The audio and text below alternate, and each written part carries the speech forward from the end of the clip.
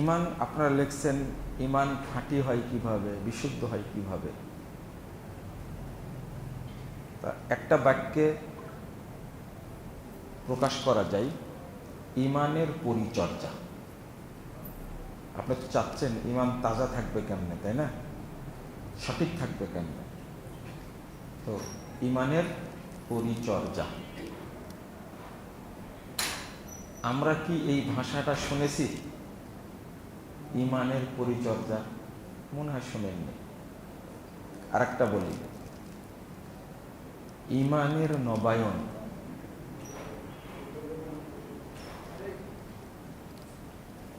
এটাও শুনছেন কিনা? ইমানের নবায়ন, এই দুইটা শব্দ মনে রাখতে হবে। কি বললাম? ইমানের পরিচর্যা, ইমানের পরিচর্যা আর ইমানের নবায়ন, ইমানের নবায়ন। এটা আমার নিজের কথা না, এটা মুহাম্মদ রাসূলুল্লাহ সাল্লাল্লাহু আলাইহি ওয়াসাল্লামের কথা। ইমান নবায়ন করতে হয়, কারণ ইমান এই আছে এই নাই। তো গাছ তৈরি হলে না পরিচর্যা করবেন, কিন্তু গাছ হয়নি, কি পরিচর্যা করবেন, তাই না? বাচ্চা পেটে আসেনি, তা আপনি কিভাবে পরিচর্যা করবেন? পেটে আসলে না দেখবেন সুস্থ থাকলো, বা কি বলবো, পানি আছে কি নাই, বাচ্চা কেমন আছে, আল্ট্রাসাউন্ড করবেন, এটা করবেন, সেটা করবেন, ডাক্তারের কাছে যাবেন। তো বাচ্চা তো আসেইনি, বুঝেননি মনে হয় কথাটা, তাই না?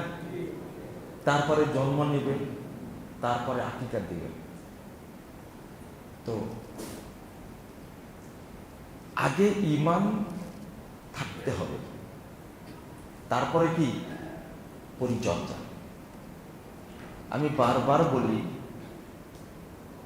ইমান আছে কি না সেইটা আগে যাচাই করার দরকার, তাই না? যেমন আপনার, আমরা বক্তব্য দিই ইমান ভঙ্গের কারণ সমূহ, তাই না? ইমান ভঙ্গের কারণ সমূহ। আমি উল্টা বলি,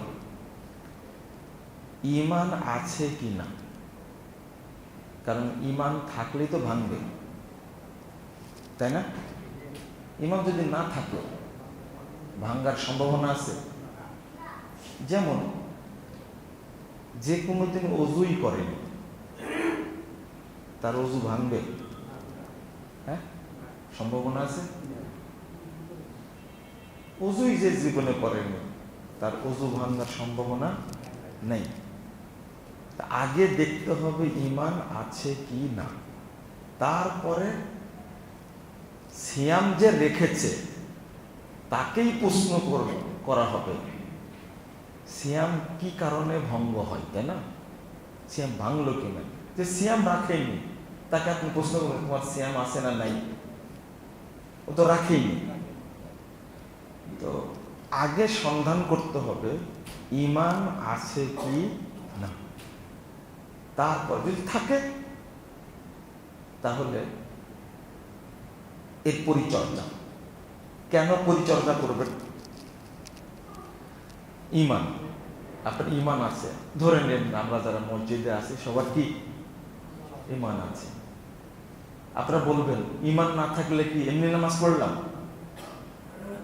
এটা কিন্তু ভালো কথা না।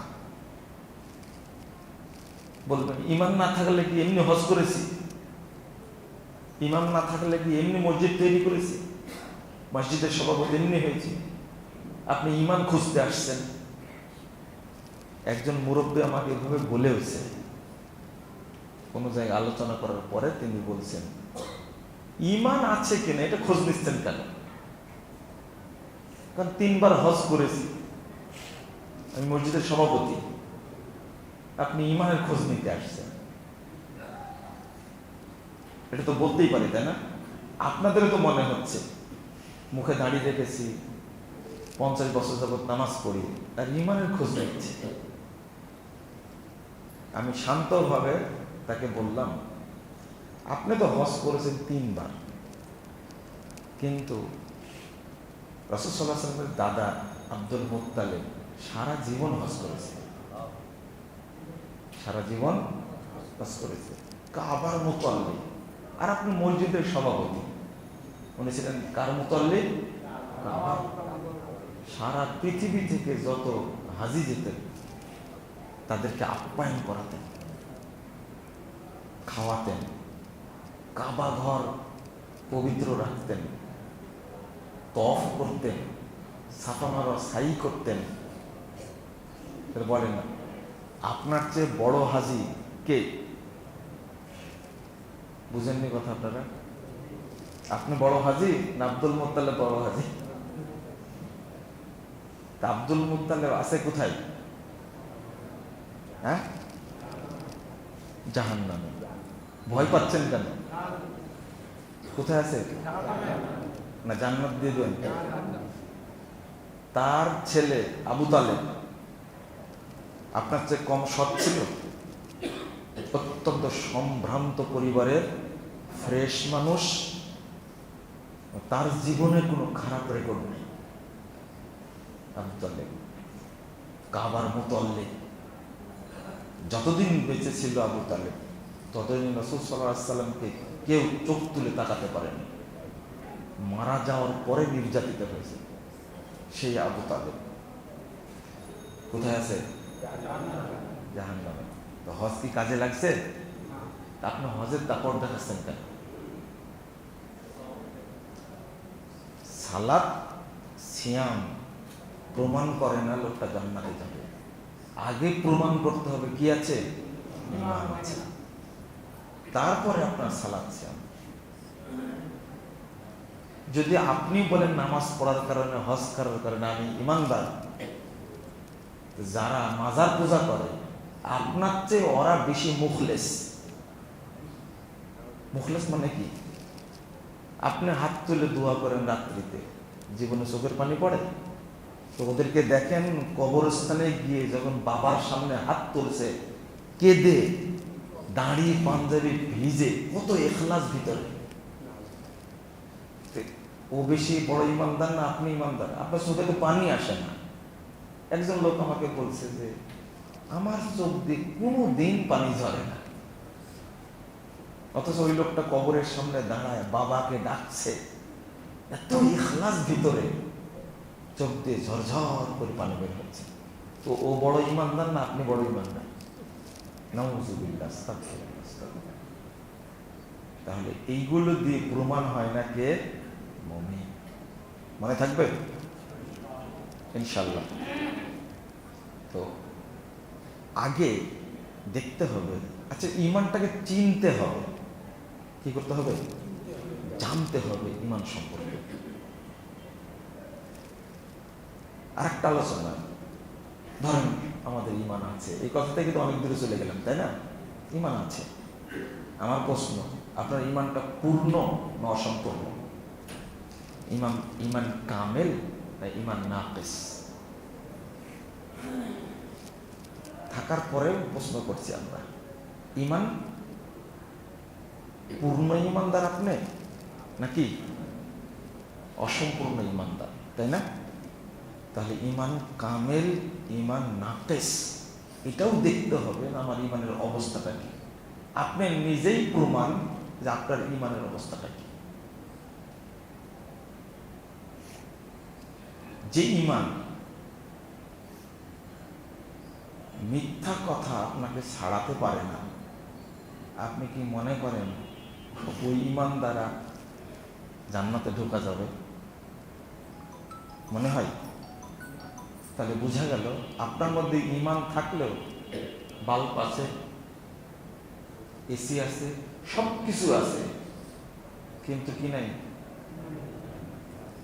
কারেন্ট নেই। আলো দিবে? এই তো।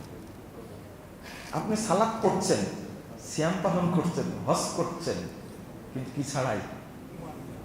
ঈমান ছাড়াই কোনো কাজে লাগবে? এই জন্যই হাদিসে এসেছে, ইয়াতি আলান নাস জামান, মানুষের সামনে এমন একটা যুগ আসবে, সময় আসবে, ইয়াজতামিউন ওয়া ইউসাল্লুনা ফিল মাসাজিদ, লোকেরা দলে দলে মসজিদে যাবে এবং সালাত আদায় করবে। ইয়াজতামিউন, মসজিদ ভর্তি হয়ে যাবে, সব মসজিদ ভর্তি থাকবে এবং মানুষ সালাত আদায় করবে। ওয়ালাইসা ফীহিম মুমিন, কিন্তু কোন মসজিদে একজন ইমানদার খুঁজে পাওয়া যাবে না। তাহলে লাইট আছে, এসি আছে, ফ্যান আছে, সবই আছে, কিন্তু কি নাই? কারেন্ট নাই। লাভ আছে? ঠিক এইরকমই আপনি সব কিছুই করছেন, বাট ইমানটা নাই। আপনারা কি বিশ্বাস করেন ইমানবিহীন কোন সালাত, কোন সিয়াম, হজ কবুল হবে?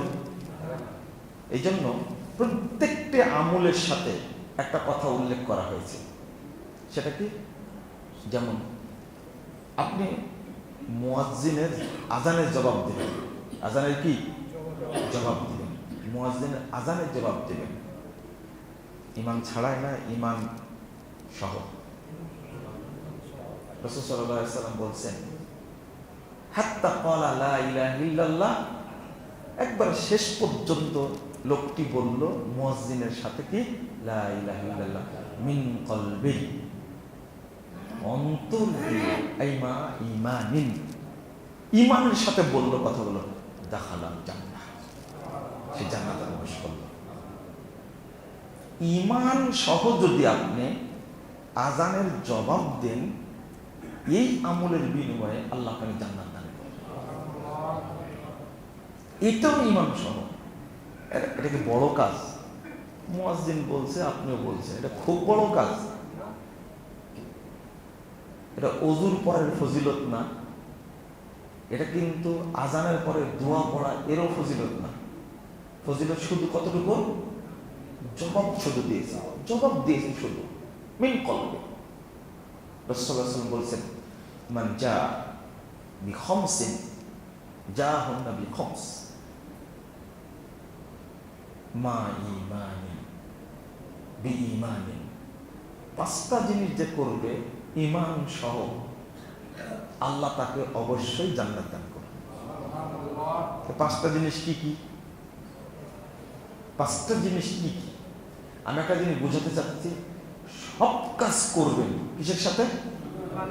মান সামা রমাদানা ঈমানাও ওয়া ইহতিসাবা ওয়া মান কামা রমাদানা ঈমানাও ওয়া ইহতিসাবা ওয়া মান কামা লাইলাতুল কদরি ঈমানাও ওয়া ইহতিসাবা। সব কাজই করতে কিসের সাথে? ঈমানের সাথে। ঈমানবিহীন কোন কাজ আল্লাহর কাছে কবুল হবে না। এখন একটু আমরা চিন্তা করি, আগে এই ধারাটা বলছিলাম, পূর্ণ ঈমান না কি অসম্পূর্ণ ঈমান? যদি অসম্পূর্ণ ঈমান থাকে তাহলে তার দ্বারা কতটুকু কাজ হবে? যেমন আপনাদের করোনা হয়েছে, একবারে বেডে পড়ে গেছেন, তাই না? এই করোনার সময় বাচ্চা কতজন মরেছে বলেন তো দেখি? বাচ্চা কি বেশি মারা গেছে? পাওয়া যাবে না। আমি হিসাব করে দেখেছি, একজন বাচ্চা মারা গেছে করোনায়, তার মা বলছে করোনা টেস্ট করে ধরা পড়লো, বাচ্চাদের বেশি হলো না। আমাদের বাচ্চারও করোনা হয়েছে, কিন্তু মজার ব্যাপার,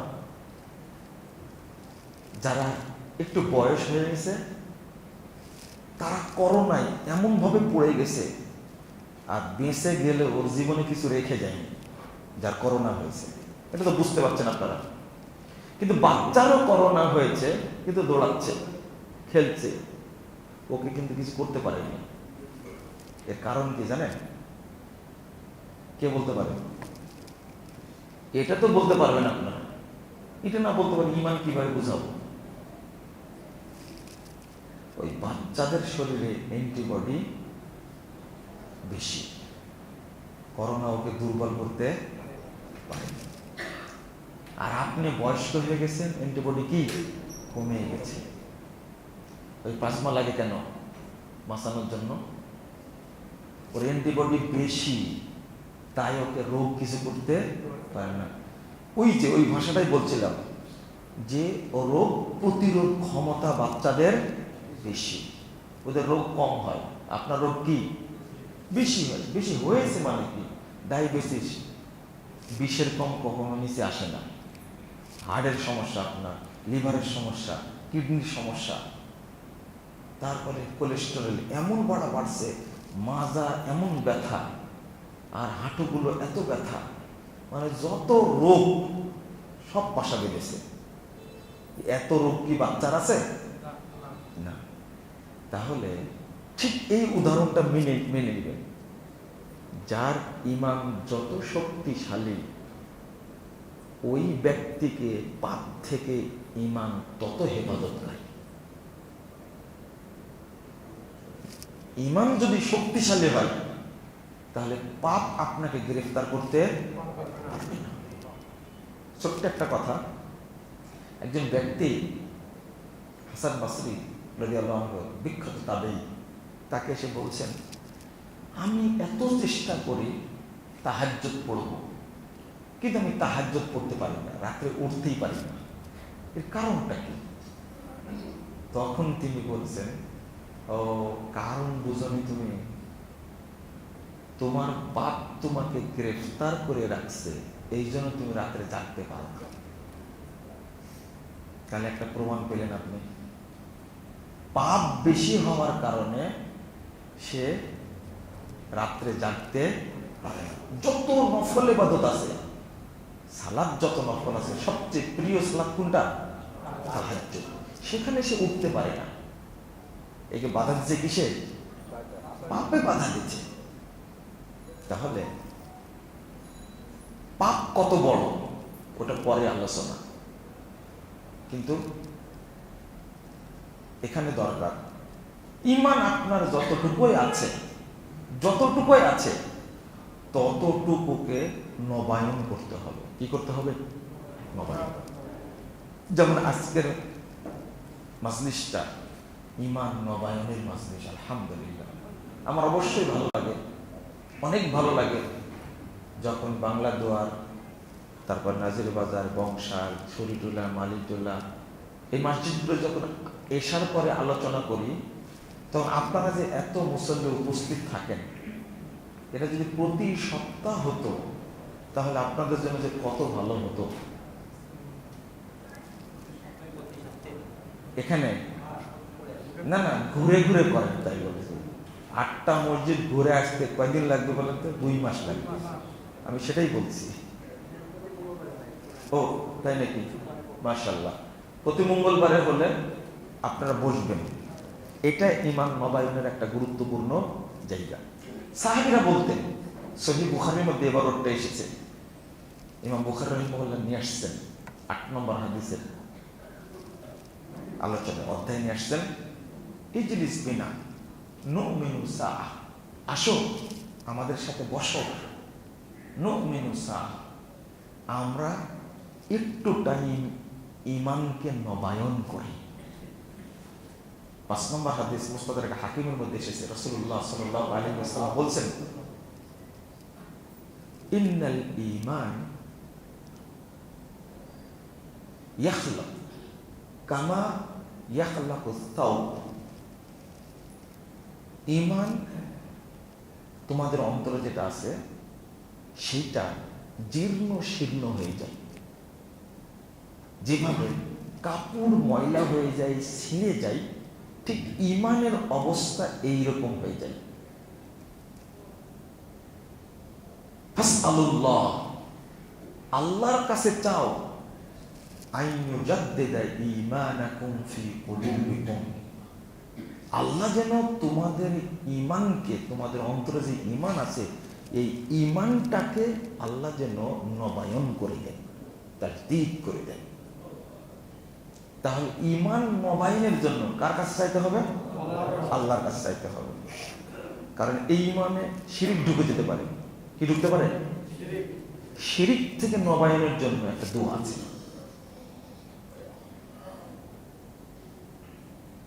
আল্লাহুম্মা ইন্নী আউযু বিকা আন উশরিকা বিকা মা আ'লাম ওয়া আস্তাগফিরুকা লিমা লা আ'লাম। আবার বলেন তো, আল্লাহুম্মা ইন্নী আউযু বিকা আন উশরিকা বিকা ওয়া আনা আ'লাম ওয়া আস্তাগফিরুকা লিমা লা আ'লাম। এইটা হলো অন্তরে শিরিক যদি থাকে তাহলে আল্লাহ মাফ করে দেবেন। 2 নম্বর আরেকটা দোয়া আছে, এত সুন্দর দোয়া, যেহেতু রাসূল সাল্লাল্লাহু আলাইহি ওয়াসাল্লাম বলেন ফাসআলুল্লাহ, তোমরা আল্লাহর কাছে চাও, আইয়ুজাদ্দিদা ঈমানাকুম, আল্লাহ যেন তোমাদের ঈমানকে কি করে দেন? নবায়ন করে দেন। কারণ কাপড় যেমন ময়লা হয়ে নষ্ট হয়ে ছিঁড়ে যায়, ঠিক মানুষের অন্তরে ঈমান থাকলেও সেটা কি হয়ে যায়? নষ্ট হয়ে যায়, একবারে জীর্ণ শীর্ণ হয়ে যায়। অর্থাৎ আল্লাহর কাছে চাও তোমরা। তো আরেকটা দোয়া আছে খুব সুন্দর, মুসনাদ আহমদের মধ্যে এসেছে, আল্লাহুম্মা ইন্নী আসআলুকা ঈমানান লা ইয়ারতাদ ওয়া নাঈমান লা ইয়ানফাদ ওয়া মুরাফাকাতা মুহাম্মাদিন ফি আ'লা জান্নাতিল খুলদ। আমি আগে অর্থটা বলি। হে আল্লাহ, ঈমান চাচ্ছি যেটা কোনোদিন নষ্ট হবে না। কত সুন্দর দোয়া না? এমন ঈমান তোমার কাছে চাচ্ছি যেটা কোনোদিন কি হবে না? নষ্ট। ওয়া নাঈমান লা ইয়ানফাদ, আর এমন নিয়ামত চাচ্ছি, এমন অনুগ্রহ চাচ্ছি যেটা কোনোদিন শেষ হবে না। আমি খাবো, আমার সন্তান খাবে, নাতিপুতেরা খাবে, কিয়ামত পর্যন্ত তোমার নিয়ামত খাবে, শেষ হবে না। তারপরে কি? কত সুন্দর, ওয়া মুরাফাকাতা মুহাম্মাদিন ফি আ'লা জান্নাতিল খুলদ, আর জান্নাতের উচ্চ চড়ায় সেখানে আমি মুহাম্মদ সাল্লাল্লাহু আলাইহি ওয়াসাল্লামের সাথে থাকতে চাচ্ছি। দোয়াটা সুন্দর না? আবার পড়েন, আল্লাহুম্মা ইন্নী আসআলুকা ঈমানান লা ইয়ারতাদ ওয়া নাঈমান লা ইয়ানফাদ ওয়া মুরাফাকাতা মুহাম্মাদিন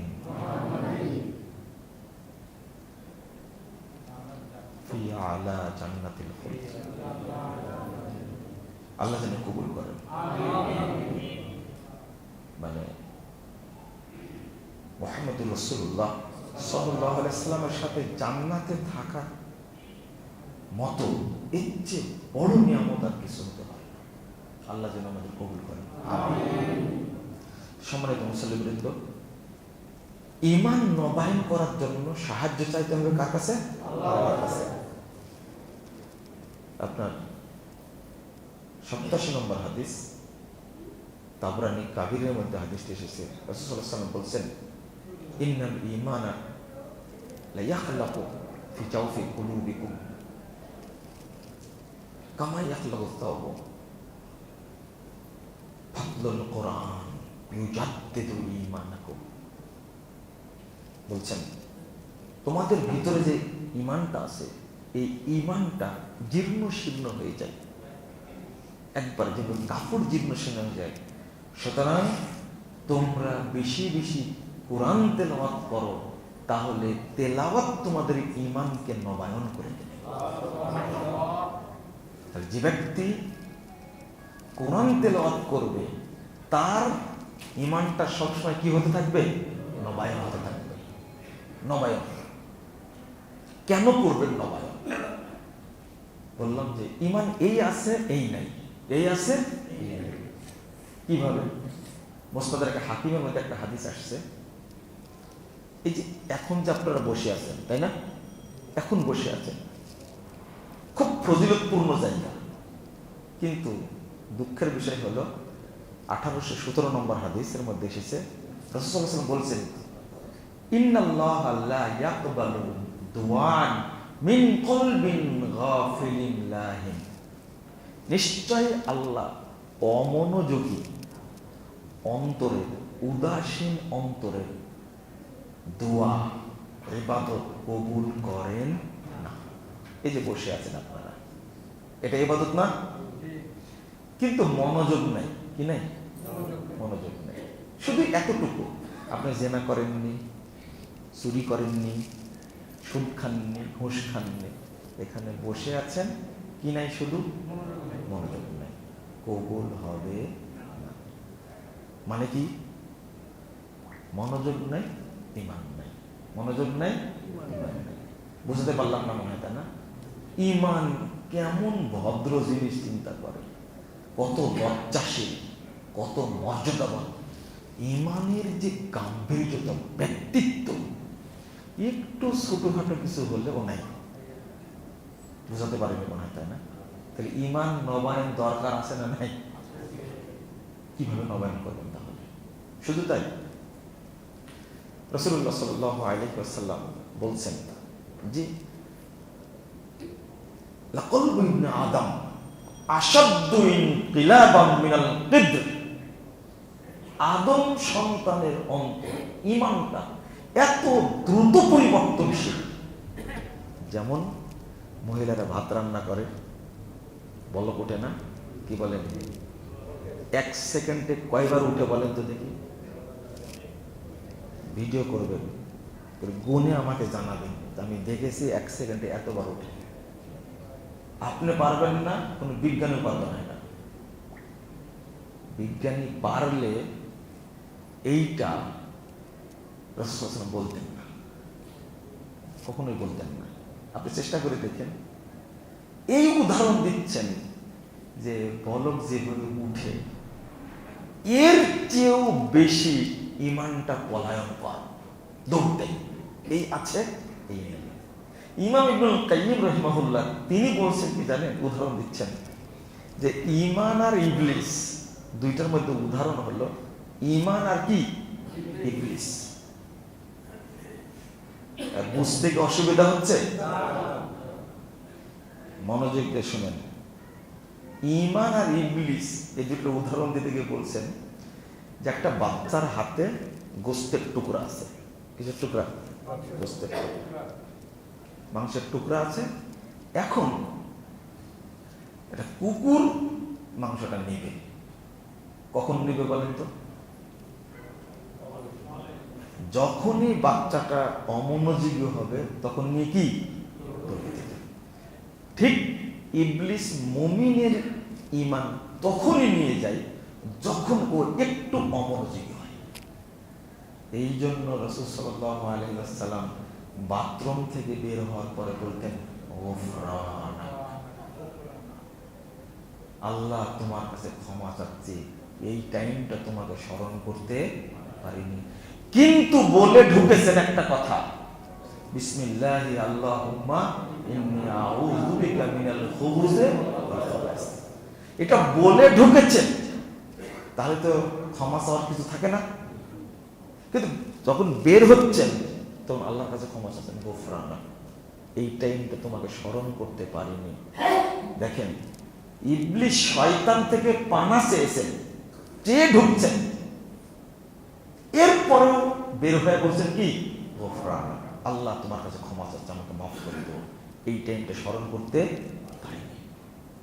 মানে এই টাইমটার মধ্যে ঈমান চুরি হয়ে যেতে পারে।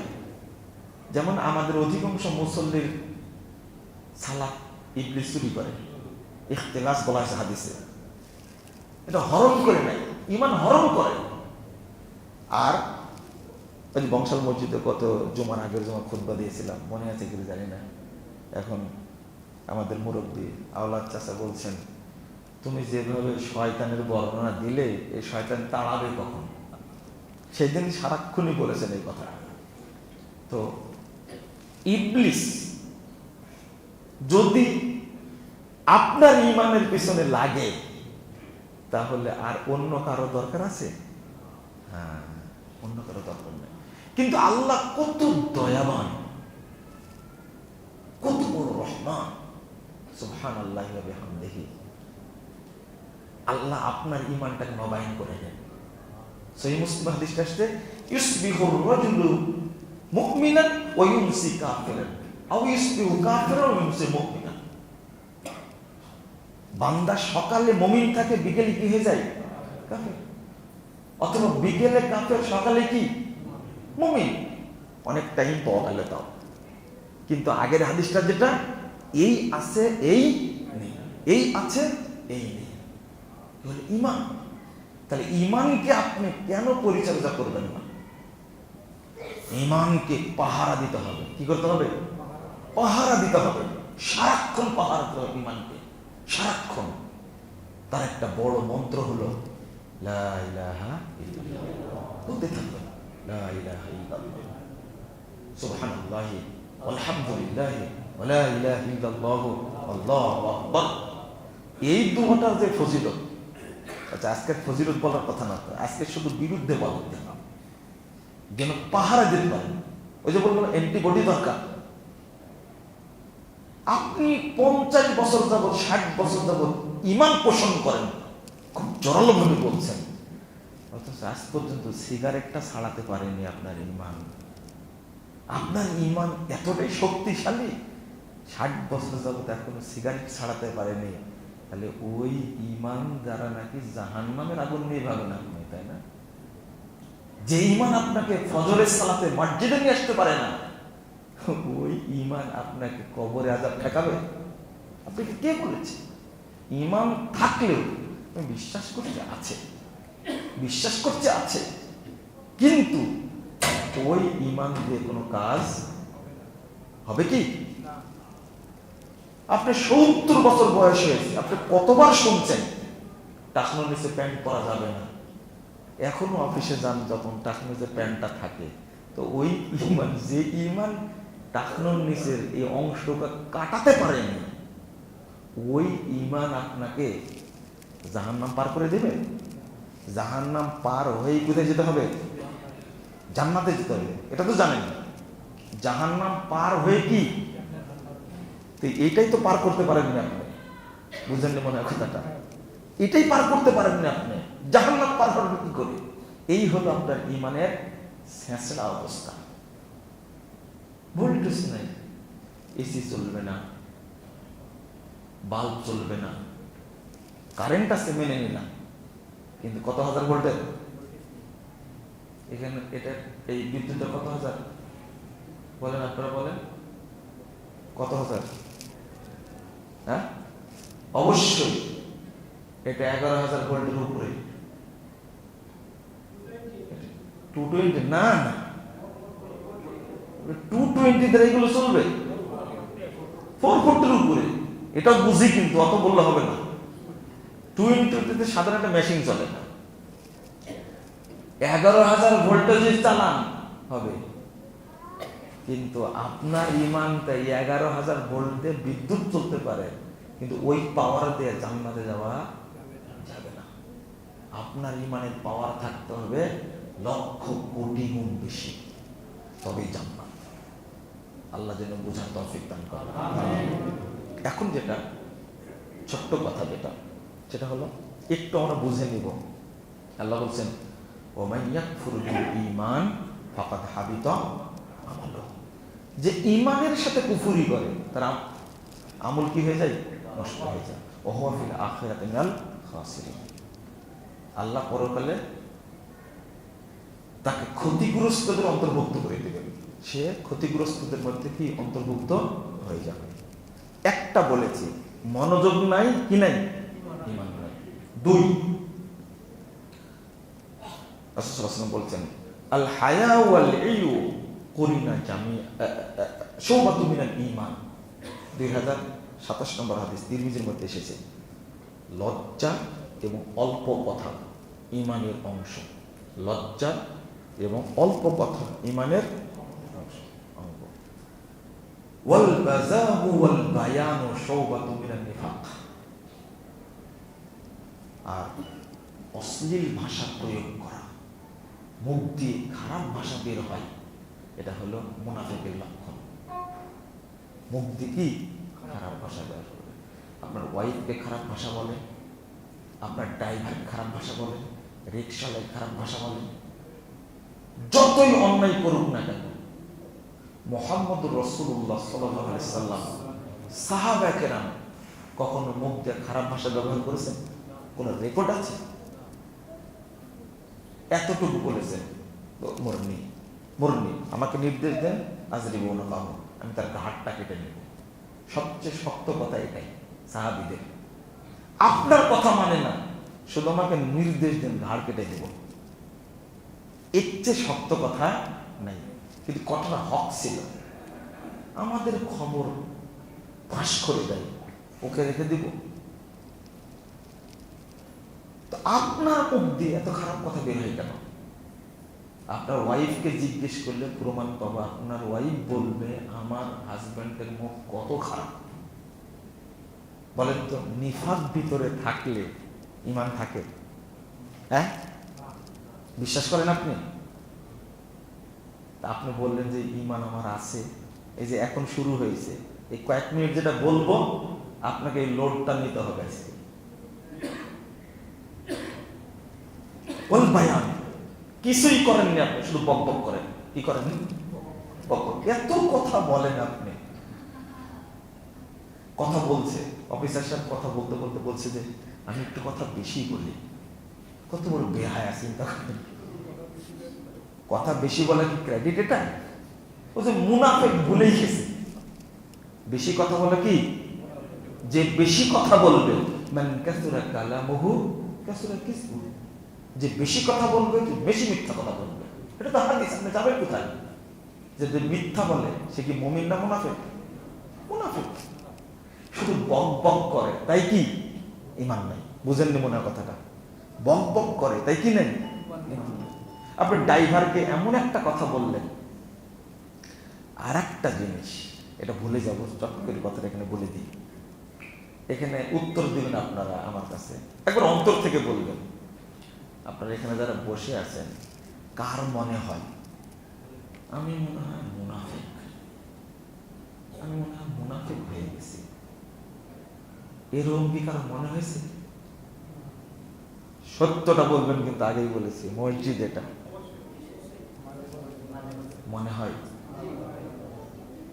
শোনেন, যতদিন এইটা মনে না হবে চ্যালেঞ্জ, ততদিন মুমিন হতে পারবেন না। চ্যালেঞ্জ এটা আমি আমার কথা বলছি না, আপনাকে মনে হতে হবে।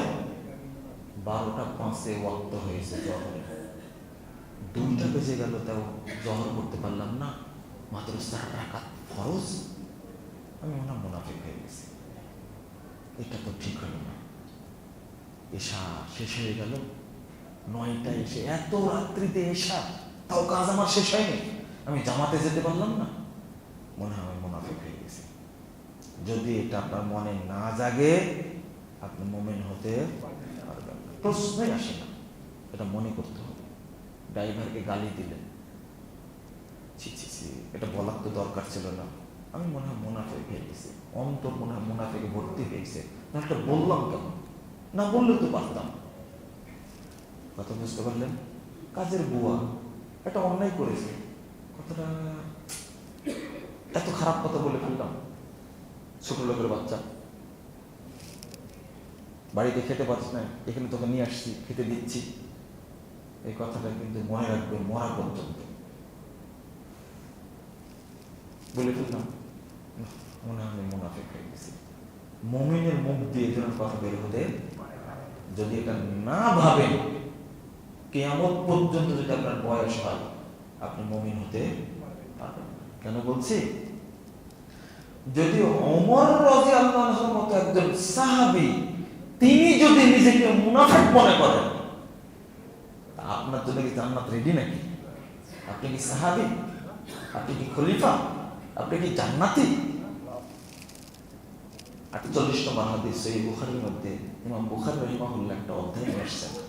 সেটা হলো ইবনু আবি মুলাইকা রাদিয়াল্লাহু আনহু, বিখ্যাত তাবিঈ একজন। তিনি বলছেন, আদরাকতু সালাসিনা রাজুলান মিন আসহাবিন নবী সাল্লাল্লাহু আলাইহি সাল্লাম কুল্লুহুম ইয়াখাফুন নিফাকা আলা নাফসি। আমি 30 জন সাহাবীর সাক্ষাৎ পেয়েছি। কয়জন? 30 জন সাহাবীকে পেয়েছি। 30 জন। কত বড় তাবিঈ! আমি দেখেছি তারা প্রত্যেকেই ভয় করতেন, মনে হয় আমি মুনাফিক হয়ে গেছি, মনে হয় আমি কি মুনাফিক হয়ে গেছি। শুনুন, এখানে বলিনি, নিফাকটা ঈমান ধ্বংসের যতগুলো অস্ত্র আছে তার মধ্যে গোপন অস্ত্র হলো কি? নিফাক। গোপন অস্ত্র একটা। নিফাক কিন্তু দেখা যায় না। দেখা যায়? আপনি মুখ দিয়ে মুনাফিকি করেন, আপনি ব্যবহার দিয়ে নিফাকি করেন, এত সুন্দর সুন্দর কথা বলেন, কিন্তু ভিতরে কি দেখে নিব সময় মতো। বা আচরণ দেখা হলো, হাসি মুখে কথা বললেন, কিন্তু এটা কি? নিফাক। এই নিফাক হলো চরম একটা ঘাতক, গোপন ঘাতক একটা। আপনার ঈমানকে কি করে দেয়? নষ্ট করে দেয়। মিথ্যা কথা বলা লাগে না? বলা লাগে না? জিনা কাজে করা লাগে না? কথাটা বুঝেন আপনি। চুরি করা লাগে না? কিন্তু ভিতরে কি থাকে? নিফাক কেউ দেখতে পায়। গোপন ঘাতক একটা। এই জন্য ওমর রাদিয়াল্লাহু আনহু শুনলেন যে হুযায়ফা রাদিয়াল্লাহু আনহুর কাছে আল্লাহ রাসূল মুনাফিকদের তালিকা দিয়ে গেছেন। কিসের তালিকা? মুনাফিকদের তালিকা দিয়ে গেছেন। তখন গোপনে চলে গেলেন ওমর রাদিয়াল্লাহু আনহু, গিয়ে বলছেন, হুযায়ফা, আমি শুনলাম তোমার কাছে নাকি আল্লাহ রাসূল গোপনে তালিকা দিয়ে গেছেন মুনাফিকদের, দেখো তো ওর মধ্যে আমার নাম আছে কিনা।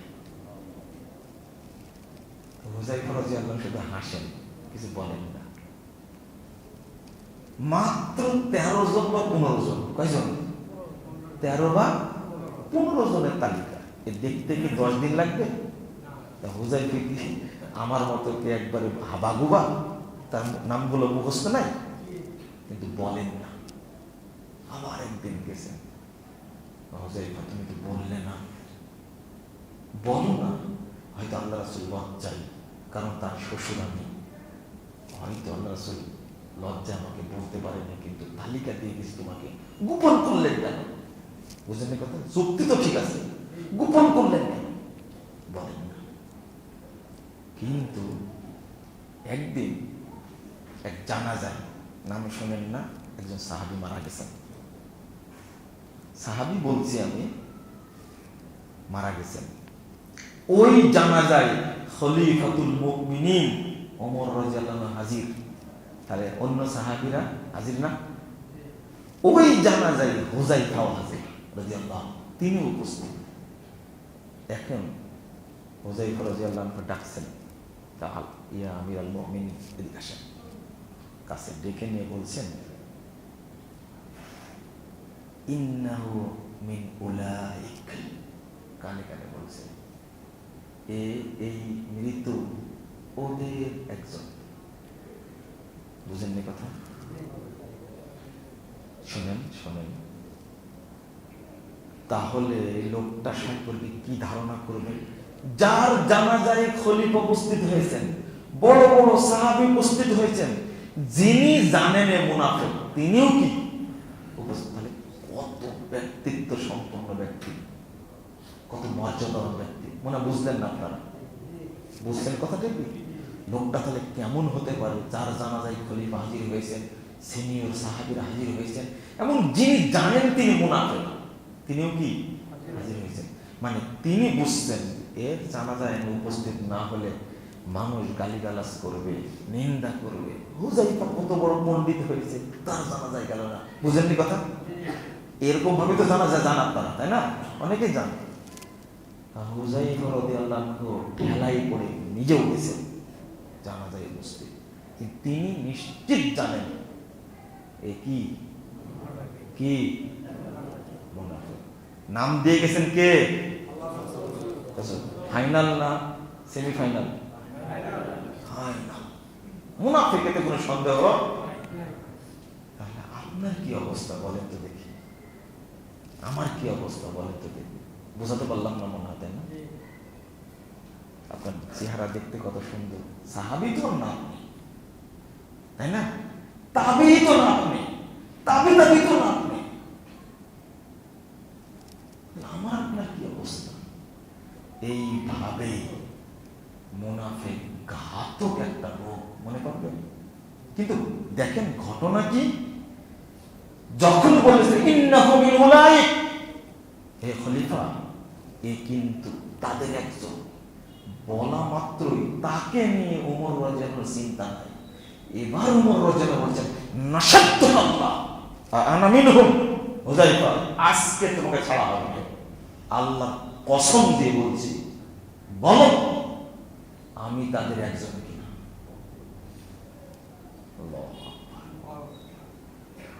ওর কি হবে সেটা চিন্তা, বুঝেননি কথা? আমরা এতক্ষণ ভাবলাম, তাই না? সেটা ভাবেন নাশাদতুল্লাহ, আল্লাহর কসম দিয়ে বলছি, তুমি আজকে বলো আনা মিনহুম, ওই মুনাফিকদের মধ্যে আমিও কি একজন, বলো আজকে। এসে ফেলে বলছেন, শোনেন আপনার উপরে আমি আর কোনো ব্যক্তিকে এত সৎ বলে প্রাধান্য দেই না, ওই তালিকায় আপনার নাম নাই। কিন্তু ওমর রাদিয়াল্লাহু আনহু যত ভীত ছিলেন, এটা তো প্রমাণ হলো। ওর ব্যাপারে বলেছে, আফসোস করলেন না, আহা তুমি কি বলো, এই মুনাফিক নবী সাল্লাল্লাহু আলাইহি ওয়াসাল্লাম দিয়ে গেছেন।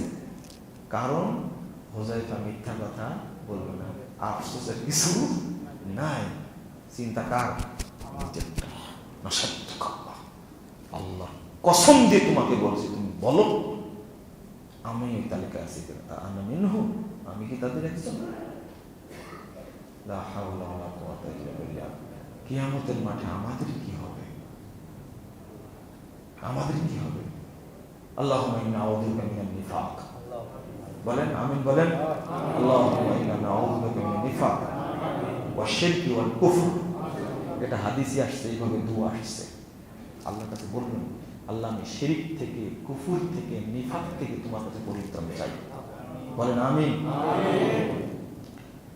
আসলে এই আলোচনায় এখন আমি আপনাদের কাছে কি আলোচনা করব, আরো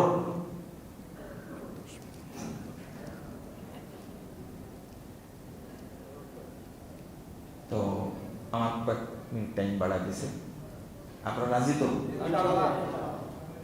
আল্লাহ যেন আমাদেরকে এই মরণ ঘাতক নিফাক থেকে হেফাজত করে, আমিন আমিন।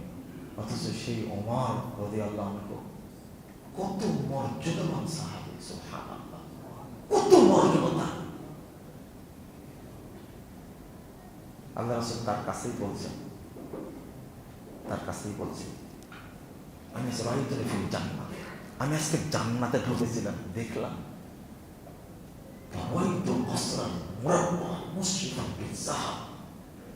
বৈঠকে গল্প করছেন, পুরো দিগন্ত জোড়া একটা প্রাসাদ দেখলাম, ওর উত্তর দক্ষিণ পূর্ব পশ্চিম কিছু চেনা যায় না, পুরো প্রাসাদটা তৈরি করা স্বর্ণ দিয়ে। কি দিয়ে? স্বর্ণ। প্রাসাদের পাশে লেক আছে, আমি একটা মহিলাকে দেখলাম, জিজ্ঞেস করলাম, এই মহিলা লিমান হাজার কসর, এটা কার প্রাসাদ? তো মহিলা বলছেন আরবি একজন ব্যক্তি যেন তৈরি করে আছে। আরে আমি আরবি, তুমি বলো কার জন্য? তখন বলছে কুরাইশ, আরবি কুরাইশ বংশ, তোমরা আমার কুরাইশ লিমান হাজার কসর। আরে মহিলা আমি নিজেই কুরাইশ। আগের হাদিসে কি আসছেন জানেন? ইন্নী যানানতু আন্নাহা তাকুল লিরাজুলিন শাব্বিন ওয়া আনা, আমি খালি মনে মনে বলছি মহিলা বলুক, এমন একটা লোকের জন্য তৈরি করা, সেই লোকটা হলো আমি মুহাম্মদ, তাই বলছেন যে আনা কুরাইশ, আমি কুরাইশ। তখন বলছেন হুয়া মিন উম্মতি মুহাম্মাদিন সাল্লাল্লাহু আলাইহি ওয়াসাল্লাম, এটা মোহাম্মদের উম্মতের একজন লোক বলে, কিন্তু আনা মোহাম্মদুল লিমান হাজার কাছে, তুমি চিনোনি, আমি নিজেই কি মোহাম্মদ। তখন বলছেন যে হুয়া মিন আসহাবি মুহাম্মাদিন সাল্লাল্লাহু আলাইহি সাল্লাম ওমর ইবনুল খাত্তাব। তোমার জন্য না, এটা তারই একজন সাহাবী ওমর ইবনুল খাত্তাবের জন্য আল্লাহ তৈরি করেছে। সেই ওমর, সেই ওমর যাকে দেখলে শয়তান অন্য পদ্ধতি, আর আপনি তো নিজেই শয়তান। বুঝলেন কথা? বর্তমান অবস্থা আমি তো নিজেই শয়তান। বুঝতে পারছি। এই মানুষটা যদি এই ভয়টা করে ওমর রাদিয়াল্লাহু আনহু, আমাদের কি হবে? তখন রাসূল সাল্লাল্লাহু আলাইহি ওয়াসাল্লাম বলেছেন ফাযাকারতু বাইরাতা, কিন্তু ওমর তোমার ব্যক্তিত্ব মনে পড়ে গেল, আমি চাচ্ছিলাম ঘরটা দেখতে, দাঁড়িয়ে গেল জাকাত বাইরাতা। ওমর তোমার ব্যক্তিত্ব এত বেশি, ব্যক্তিত্ব বাধা হয়ে দাঁড়ালো, আমি কেমনে দেখবো? ফাবাকা ওমর ওয়াকাল আকানু আলাইকা ইয়া রাসূলুল্লাহ, কাঁদতে লাগলেন আর বলছেন আপনার কাছে কি আমার কোনো ব্যক্তিত্ব আছে? আমার ব্যক্তিত্ব দেখে আপনি ঘরটা দেখলেন না? কাঁদতে লাগলেন। এই ওমর রাদিয়াল্লাহু আনহু যদি ভয় পান, তাহলে আমাদের কি অবস্থা হতে পারে? আল্লাহ যেন নিফাক থেকে মুক্ত করেন, আমিন। আর ছোট ছোট দুইটা কথা রাসূলুল্লাহ সাল্লাল্লাহু আলাইহি ওয়াসাল্লাম বলছেন যে লা ইয়াস্তামিউল কুফরু ওয়াল ঈমান ফি কলবি ইমরিন, একজনের অন্তরে কুফর এবং ঈমান এক জায়গায় হয় না। ওয়ালা সিদকু ওয়াল কিযবু জামিআ লা ইয়াস্তামিউ সিদকু ওয়াল কিযবু জামিআ, সত্য আর মিথ্যা এক জায়গায় হয় না। ওয়ালা তাস্তামিউল আমানাতু ওয়াল খিয়ানা, আমানত আর খিয়ানত দুটো এক জায়গায় হয় না। হিংসা আছে হৃদয়ে, তাই কি নাই? ঈমান নাই। কৃপণতা আছে, লা ইয়াস্তামিউ আশ-শুহু ওয়াল ঈমান ফি কলবি আবদিন আবাদা, হিংসা থাকলে ঈমান থাকে না। তাহলে এবার বলেন তো ঈমান আছে কিনা? এই যে বকাবকি করেন, রাসূল সাল্লাল্লাহু আলাইহি ওয়াসাল্লাম বলছেন, এটা শেষ কথা আমার, সেটা হলো যদি কোনো ব্যক্তি মিথ্যা কথা বলে তার মধ্যে ঈমান থাকে না। লা ইয়াজনি যান লা ইয়াজনি আল-আবদু হিনা ইয়াজনি ওয়া হুয়া মুমিন, জিনা করছে ঈমান থাকে না, চুরি করলে ঈমান থাকে না, তাহলে ঘুষ খেলে ঈমান থাকে, আত্মসাৎ করলে ঈমান থাকে, পাসপোর্ট অফিসে চুরি করলে, সচিবালয়ে, কাস্টমসে, ভূমি অফিসে, প্রশাসনে চাকরি করে ঈমান আছে এর মধ্যে? এতক্ষণ বললেন যে ঈমান আছে, কিছুই নেই। সবচেয়ে বড় বিষয় হলো, গুরুত্বপূর্ণ বিষয় হলো, যে অনর্গল পাপ করে তার মধ্যে ঈমান থাকে না, সে মুনাফিক। সে মুনাফিক। ঈমান থাকে কি করে? লা হাওলা ওয়ালা কুওয়াতা ইল্লা বিল্লাহ। কতদিন থেকে শুনে আসছেন সুদ হালাল না হারাম? শুনে আসছেন? খান কেন? রাসূল সাল্লাল্লাহু আলাইহি ওয়াসাল্লাম বলেছেন, মাওকুফ সূত্রে এসেছে, ইন্নাল মুমিনা ইয়ারা যুনুবাহু কাআন্নাহু ওয়ালিদুন তাহতা জামালিন ইয়াখাফু আন ইয়াকা আলাইহি, সহিহ বুখারীর ইবারত। মুমিন তাকে বলে যে ব্যক্তি পাপকে এত ভয় করে, বিশাল পাহাড় মাথার উপরে যে কোনো সময় আমার উপরে ফেলে দিয়ে আল্লাহ ধ্বংস করে দিবেন। ওয়াল ফাজির ইয়ারা যুনুবাহু কাযুবাবিন মাররা আলা আনফিহি, আর মুনাফিক সে যে পাপকে কিছু মনেই করে না, পাপকে কিছু মনেই করে না। দূর মাররা আলা আনফিহি, মাসি যাচ্ছে তাড়া দিলেন, যে পাপকে পরোয়া করে না, অনর্গল করতেই থাকে, সে কি মুনাফিক। এবার হিসাব করে দেখেন আপনি 80 বছর যাবত কোন কোন পাপের সাথে জড়িত, 60 বছর যাবত কোন কোন পাপের সাথে জড়িত, তাহলে বোঝা যাবে ভিতরে এখনো ঈমান আসেনি। আপনার ভিতরে ঈমান। এই সালাত পড়ছেন, সিয়াম পালন করছেন, হজ করছেন, মিসাই। আল্লাহ যেন আমাদের বোঝার তৌফিক দান করেন। তাহলে ঈমান যেন থাকে, পাহারা দিতে হবে না। কুফর, শিরক তাগুত, নিফাক, এগুলো থেকে ইমানকে হেফাজত রাখবেন ইনশাআল্লাহ। ইনশাআল্লাহ আমরা ইমান যেন নষ্ট না হয় এই জন্য যে দোয়াটা পড়েছি, আল্লাহ যেন দোয়াটা কবুল করে, আল্লাহ যেন আমাদের সকলকে কামিল মুমিন হিসাবে কবুল করে। আমিন ইয়া রাব্বাল আলামিন। বারাকাল্লাহু ফীকুম ওয়া জাযাকুমুল্লাহু খাইরান। যারা আয়োজন করেছেন এবং আপনারা যারা উপস্থিত হয়েছেন